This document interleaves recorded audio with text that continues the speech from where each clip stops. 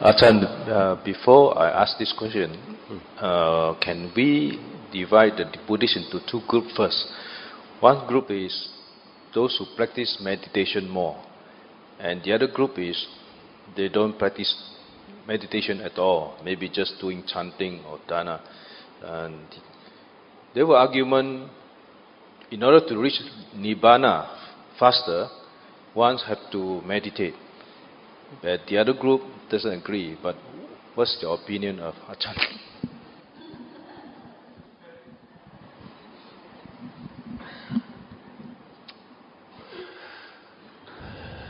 Are you referring more to that Pure Land practice?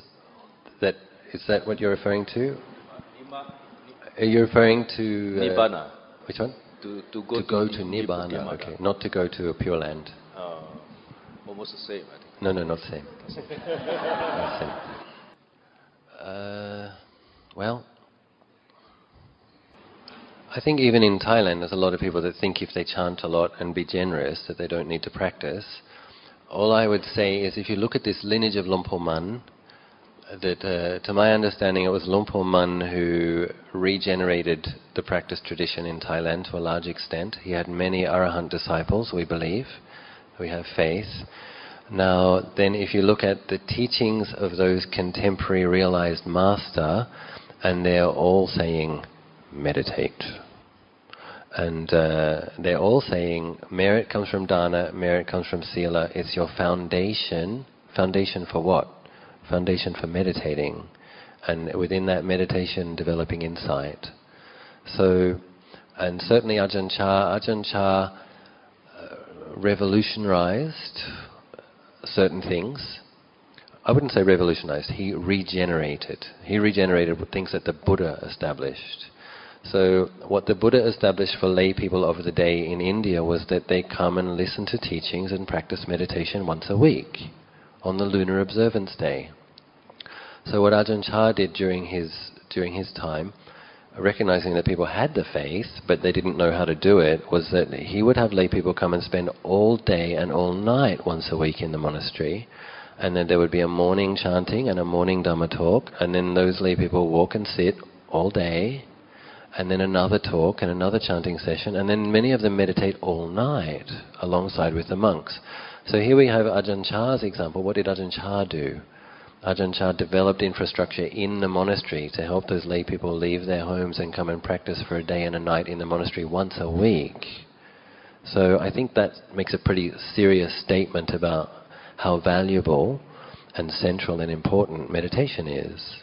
And understanding that they have duties, they have obligations. So what he did was, if you kept that observance once a week, by the end of the year you've been in meditation retreat for 52 days. You see? And you've listened to 104 Dhamma talks. So this was, this is what... And then in all of Ajahn Chah's branch monasteries, I tried to keep that as the standard for some time. That on that day, people hear Dhamma reflection, they have a chance to chant, then to sit, and sitting together with the monks. And then those lay people in those areas are very fortunate, obviously, and they find that very helpful when you see this row of monks all kind of sitting and in a sense of, oh, okay, sit. You have examples, you have support, you have moral support. That's very helpful. But this is also their good karma that they were born in that situation where they could do that. But as far as I could see, also Thanajan Nun, my main teacher in Thailand, he has the first weekend of the month as a weekend retreat, so he's opening up that possibility, as well as, people can come and stay whenever they want to. But he has the first weekend where there's Dhamma talks, chanting, sitting, walking for 2 days, so that, again, if you do it 12 months, you've got nearly a month of practice at the end of the year. So in the Buddha's time, there were some people who attained liberation by listening to Dhamma. There were some people who attained liberation by reflecting while doing other activities. The Buddha does say that one of the wonderful qualities of the Dhamma is that it deepens, practice deepens slowly like an ocean. And so what you can deduce from that is that all of those people practiced a lot in the past. Because of their past practice, their faculties were ripe. Because of the ripeness of their faculties, when hearing the Dhamma, they attained. It's also probably the case that many, many people wanted to be enlightened in the time of the Buddha. They probably made vows. So some of those people could have been enlightened before, but wanted to see a Buddha, wanted to meet a Buddha, and had made a vow, may I become enlightened at the time of the Buddha. So anyone who attained liberation quickly, without much practice, had done a lot already in the past. I think it is possible if one practices really enormous amounts of dana. We could have the example of Visakha, who offered bathing cloths and offered gruel for sick, an enormous amount of merit that she was making. And so this is one way to make the mind bright. But it was dependent upon knowing hundreds of arahants. So she had that incredible field of merit where she was able to make merit with beings who were really pure and really profound, and that merit. The insight is still into impermanence. It doesn't come about just from... There has to be some kind of contemplation occurring. There has to be an insight occurring for the mind to be liberated. So that's the point of insight, and dana can really support it. But most of us don't have the opportunity to make that kind of dana. And as far as I'm aware, the arahants in Thailand of this last century and of this century are encouraging people to practice every day, if they can, and to do retreats as well. So for those who don't practice, it's like, well, start. Why not? You're intelligent. And it's like, Malaysians are disciplined, reflective, educated. All the things that you can do, why can't you meditate? Turn the TV off. Don't spend so much time on the internet. I'm going to start scolding now. Because this is what you need to hear. Why? I don't have time to meditate. Why? Because I was surfing on the net till midnight. Really? Turn it off. Time to use our opportunity. The best time to meditate is in the morning after having rested, before things get busy. And leave the phone in another room, on silent, really, because it pulls you out. And meditate in the morning. Just start with 10 minutes a day. If you start with 10 minutes a day, but you have to start with this attitude of being determined not to miss it, not even for a day. But just commit to 10. Everybody can do 10, no matter how busy you are. And then once you've established it as a habit, increase it to 15. Okay? And then once you're doing a 15, increase it to 20. I was telling the people who did my retreat last week that I want them doing an hour in the morning, an hour in the afternoon, an hour in the evening before they die. And you're all laughing. I was serious. Because the thing is, if we recognize our opportunity, we recognize it, and you realize you're really fortunate to have met these teachings. These teachings can liberate you, and not just that, as this lady was drawing our attention to, this Buddhist sasana is degenerating. The world isn't going to produce as many arahants as it did. You can't assume if you get reborn on this planet that you're going to have the opportunity to practice again. That's not a reasonable assumption. So you have to take the opportunity that you have now. Please start with 10 minutes a day.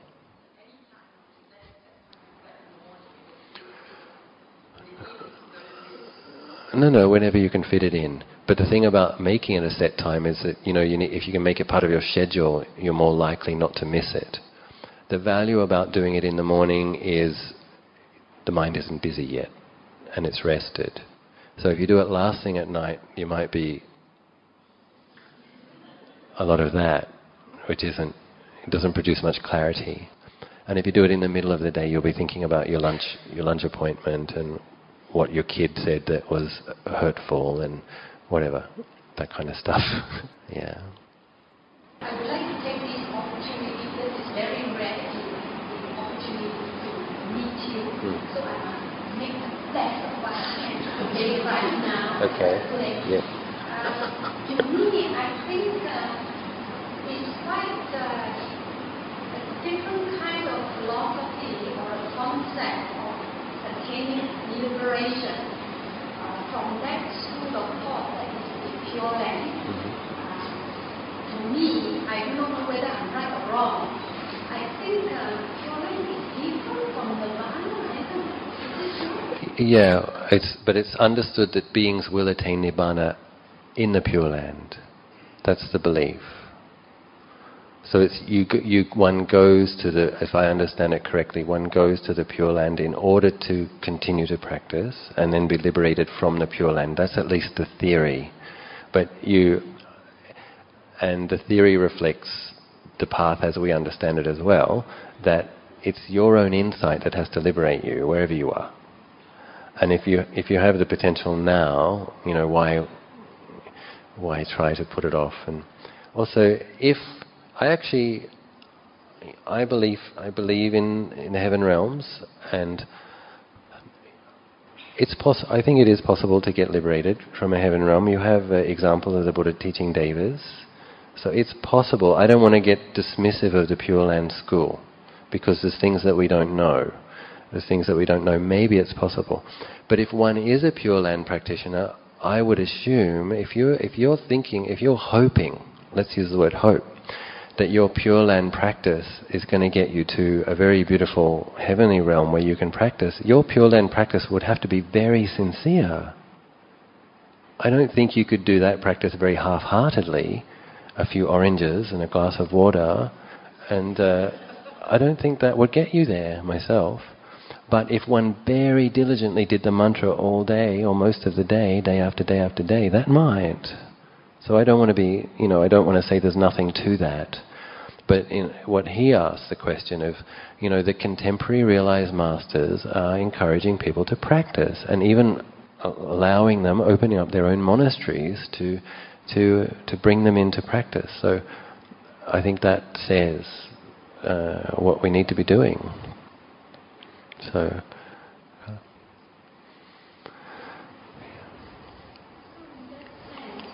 I think we can understand it as Tushita. We can understand it as Tusita. That might be helpful if you've studied our cosmology. Realm of the Four Kings, Dawatimsa, the Yamadevas, and then the Tushita heaven. And we understand that Maitreya, our future Buddha, is already in Tushita heaven. So we can understand that. We can understand that there might be realms where one can practice, where it's conducive. But I think one would need an enormous amount of good karma to be born in Tushita. And so better to practice now with what we have. And it's taking a gamble, isn't it? How do you know? The Buddha said in the suttas, at the time of death, we don't know where we're going to be reborn, even if we've made a lot of good karma. He said it's like throwing a stick up.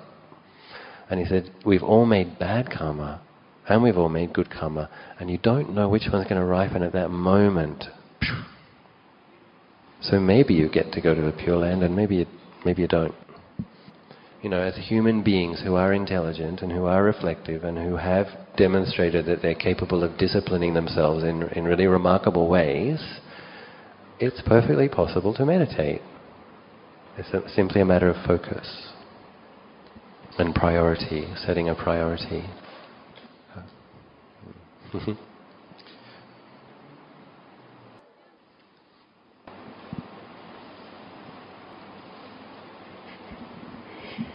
Thank you, Ajahn, for sharing the Dharma with us this evening.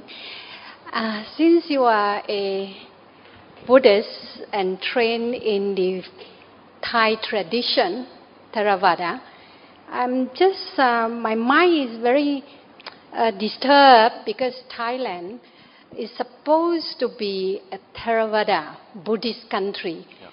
It should set a very good example. Instead, why is it that Thailand has got this sex image in tourism, especially when we talk about tourism? The first thing in the mind of a tourist is that it is a sex country, a sex city, Bangkok, which I think it is contradictory. So despite the fact that you have so many good teachers and practitioners in the Theravada tradition, they're supposed to be observing the precepts, and yet that come to the lay people, they are not following what the teachers have taught them. What's the problem? Okay, very good. Thank you.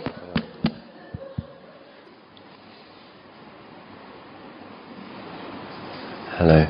Okay, so I think the same problem exists in Thailand as exists in most places. Since we have kind of sort of democracies, at least you have elected leaders. I think a lot of really genuinely spiritual people don't want to be politicians, and a lot of greedy, power-hungry people do. And so the kind of person one has running to be an elected leader is not a very inspiring one. And so in Thailand you have this situation where leaders, certain parties, because you have a large rural poor. This is very real in Thailand. Rural poor is most of the population. So votes are bought, you see. And so your average villager in Thailand will vote for the politician who paid the most. Now the politician who paid the most, then as soon as he gets elected, has to go and get that money back from the from the public coffer. So you have a corrupted system where and the really, really good people, even if they do want to lead their country, they don't have that kind of money to buy votes. So this is a very real phenomena. Another thing to keep in mind is the Buddha did say that this age is the degenerate age. And he said that this is the way that it will be during this age. So although good people have a sense of it could be so much better and it's a shame that it's like this, Lord Buddha said that as the dark age deepens in darkness, the only thing that will count eventually is money. Leaders will be corrupt. The world will be overpowered with obscure views. So basically leaders won't have right view, that their leadership won't be able to last because it won't be very long before somebody just as corrupt and greedy topples a leader. So we're living in an age where leaders aren't very good. Now this is linked, unfortunately, with the fact that most human beings don't keep 5 precepts now. So we can stand back as one individual and say, it shouldn't be like this. But basically, as a race, we get the leaders that we deserve. If the human beings aren't genuinely human, they can't have deva leaders, you see. And if most human beings are functioning on a level which is animal, their leaders are going to be like that. In terms of prostitution in Thailand, it's very complex, and it's like, it's funny as a celibate monk to be saying this. It's like, but just to give an example, it is not uncommon for the woman who prostitutes herself to be putting her brother through university and paying for her mother and father's new house. So you have it's very grey about, is it all bad? So people who've been rurally poor and confronted with the fact that Thailand went from basically a bartering system to an economy engaged in the global economy very quickly, and inflation started occurring, and these people who used to be able to grow enough and barter it with their friends to get by, all of a sudden it's not enough. They need money, and of course the appetite for consumer goods. So it's not uncommon that woman who's sacrificing her own precepts lifts that family from the rural poor to a more of a middle class by educating a brother, university educating a brother, and these kind of things. So it's very complex. Another thing is that prostitution did exist in Thailand even before tourists came. It was always there. And even to this date, the tourists use a small percentage of the prostitutes in Thailand compared to the locals. So it is a part of Thai culture, has been for a millennia. So it's one of those things that's socially accepted. Perhaps because it's socially accepted is one of the reasons it's been able to, with the... But another thing I just have to say is, this is normal. The Buddha said, all things are of the nature to decay. He said to the monks as he was passing away, who were gathered at his final nibbana, he said, basically practice while you have the chance. Here are the roots of trees, here are the empty spaces. Practice, lest you regret it later. Knowing full well that his sasana was going to degenerate, and he got enlightened in a degenerate age, and that basically conditions will get less and less supportive to practice. So we're talking about the global karma, the group karma of 6 billion human beings. It's probably the case that less and less of the people being born now are coming from human realm and deva realm, in terms of where they were in their most recent life. So this affects the overall, and that's what happens. So it is really helpful, I think, in terms of cosmology, to take that really broad view. At what point are we at in the eon? Rather than Thai cultures like this, and it shouldn't be like this, and which we can all do, we just have a look at, Lord Buddha said that this is the way it was going to be. And he said that from here it gets worse. That's the bad news.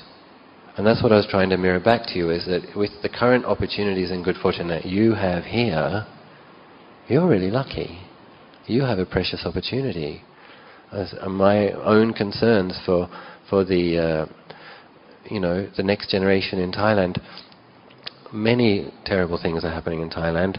One is that, and this is also related to economic growth, the good young men who would like to be monks, who have the barami, who have the intelligence, who would be good leaders, very often are not allowed to. That's the one that has to be the advertising executive. That's the one that has to be the bank manager. That's the one that has to go and study in Oxford or Harvard. And now the one that can become the monk is the one that nobody wanted to marry, or the one that couldn't get a job. So, and this isn't just the monks. And people say, why is the Buddhist sasana degenerating so much? And it's not just the monks are bad. It's that the lay people are not offering up the best. They're offering up the worst. That's not going to work. So now in the Sangha you have a shortage of leaders, and you have a lot of monks who are not of the best quality. What comes with this is scandals. If the people that became monks were not people with genuine spiritual barami, they didn't really want to do it, they're not there for the right reasons, well then they're the ones that are going to be doing inappropriate things and caught, and their photographs are going to end up in the newspaper. And this is terrible, because it's degenerating the overall level of faith of Thai people also. And then they say, the monks are no good.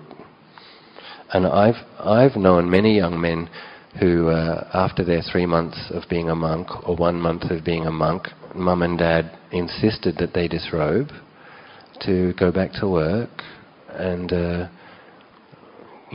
pay the bills and keep the consumer goods coming.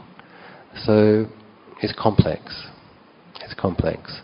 But the point is, unfortunately, I can't see that it's going to turn around and get better. And what it seems to be is that those people who have the merit to be practicing at this point, 2,500 and something years after the Buddha, it's now more like islands. It won't be nation states. So the Buddha said, as these years progress, it will degenerate, it'll disintegrate, but we still do have enlightened masters and their teachings. So in the past, you see, if you have a King Asoka, or if you have when they brought the religion to Sri Lanka, when the kings embrace it and the kings have power, if those kings themselves are Buddhist practitioners, obviously they have a very important role to play in establishing the institutions and keeping an eye on them and generating them and regenerating and nourishing them. But when the leaders of nations aren't good Buddhist practitioners, then we can't expect that. We have to expect that they'll have their own agendas and their own wrong views. And basically, it's a time for taking responsibility and practicing as much as one can individually, is the sense I have.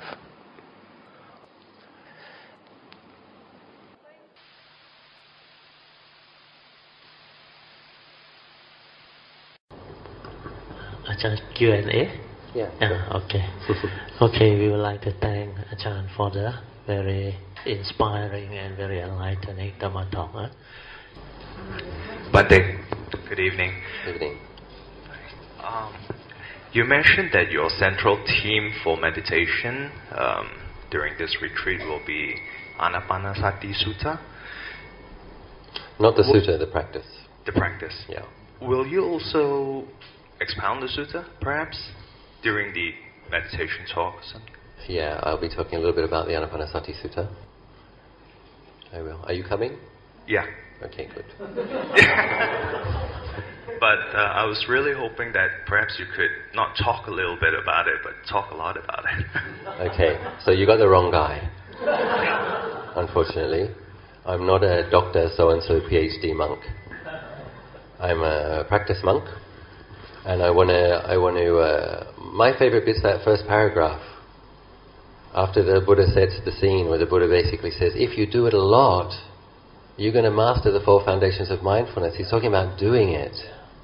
And then in mastering the 4 foundations of mindfulness, you'll fulfill the 7 factors of enlightenment. So what we're going to be doing is we're going to be doing it. And I'm going to be encouraging people, whatever you're thinking about, let it go. And whatever you're trying to even understand, come back to the felt feeling of the breath, know the present moment as it is. The past is gone, the future is unknown. You might die today. Be here now. It's going to be more my focus.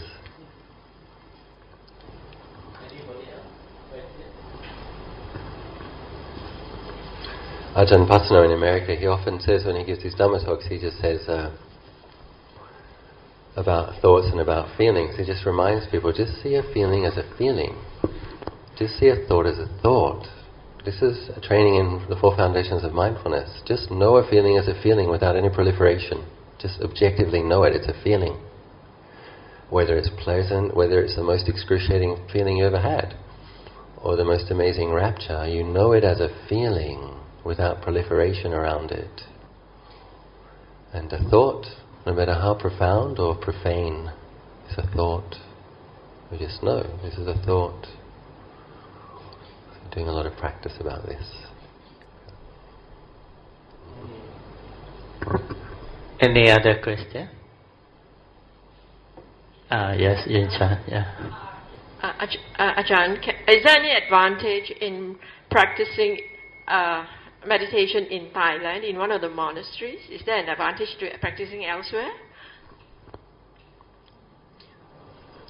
I guess you'd have to say which monastery. I've lived in many. Generally, if you picked a good practice monastery, what hopefully you would have there is some quiet and some seclusion. The other obviously really valuable thing about monasteries, if it's a good monastery, is that every single person in the monastery is keeping the precepts strictly all the time.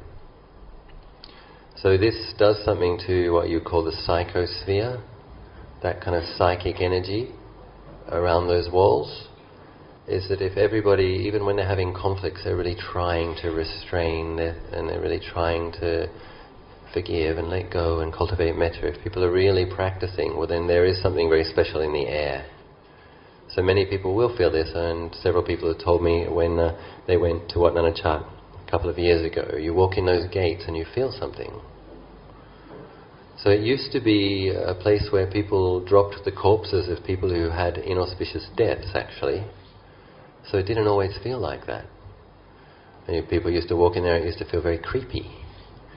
But then you've got 3 decades of monks practicing and people coming and meditating all night on the one prow of the villages, and people coming and making offerings, and an enormous amount of kusala activity occurring. But then most importantly, people keeping the precepts. And so people can feel when you walk in the gates, oh, there's a certain quality of coolness. And some people say it's interesting because the insects are really loud, but it's as though you can hear the silence. Even though the insects are very loud, you can hear a quality of silence. So what is that? This is something that happens in places where people meditate a lot. So this kind of sacred container helps us. I think it does speed up the process of seeing our thoughts more clearly, because everyone else is trying to do it. There's probably a synergy thing happening, where more conscious beings are working hard. To practice, you can slip into the slipstream. But of course, great monasteries change too. So if a teacher becomes famous and truckloads of requisites come into the monastery and lots of money comes, and then different type of lay people turn up, ones that want to be associated with the famous teacher and ones that want to get some of the money, and different kind of monks come along as well, ones that like all of those nice requisites. And so, monasteries change. I'm not saying it's always the case that if a teacher's famous and there's a lot of requisites that the monks aren't good, but it's sometimes the case that monasteries aren't what they used to be. So you have to be selective. You have to... this is one of the reasons that people wonder. I think there's 50,000 monasteries in Thailand, and I've wondered myself, because now I'm building one. I'm like, why? Why do we build monasteries? And one of the reasons is that they change. Conditions change, places change. And so now at Wat Nana Achalo, we also have a 4-lane highway not very far in front, and you have more and more planes landing over and that wasn't the case just 20 years ago. And you have a huge department store going to be built a couple of kilometers down the road, and so it's not the same quiet place. It's still a good place to practice, but the quiet isn't the same. So people go and make new monasteries in new quiet places, and in not long they won't be quiet either, probably. But in general, yes. And also, if there is a monastery with an enlightened being living in it, I must confess, this does have an effect on one's meditation. Yes, sadhu. There's something in the metta, and all enlightened beings radiate their metta. And so there is something in that when an Arya Pugala enlightened being radiates his metta or her metta in the monastery, this can definitely help the hindrances to drop away a little more quickly. I believe so. For this particular group of people, what I would want to emphasize more though is please begin to practice in your daily life every day. Because this is what creates the habit, the upanisai, we say in Pali, this latent habit of being a practitioner. It's what you do on a daily basis that incrementally becomes very powerful. And the other point I was trying to make in a talk, and I'll make it again, was that we can always look at our life and we can say the conditions aren't quite right. It's not quite supportive enough. And then we can look at our internal conditions and we can say, my spiritual faculties, they're weak. I'm not strong enough. I just can't get it. It's not yet time to meditate. I've already heard this a couple of times since I arrived. I'm not ready. I'm not ready. So the question is, and it's a very important question, a serious question, is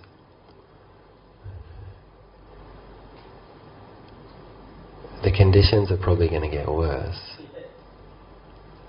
And if you don't make the effort to develop the powers, the inner faculties, they will weaken further. And so it's like you're saying, you're walking down a mountain, and you're saying, well, they keep saying I should walk up, but it's too steep. When the further you walk down the mountain, the further you've got to climb back. So we have to use the conditions that we have, and we have to use the spiritual factors that we have to the degree that we have, and we have to do it sincerely, and we have to do it daily. And in doing that, your spiritual qualities will get deeper, more powerful, and then also the external conditions will, over the long term, improve. It's not necessarily this lifetime, but you end up somewhere where you are supported to practice and where you can practice.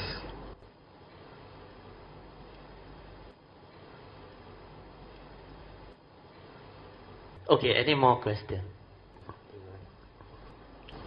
I thought one thing might be nice is, since the talk was mostly about refuge and the path of practice, I thought maybe if people were interested we could take refuge together as a nice way to end.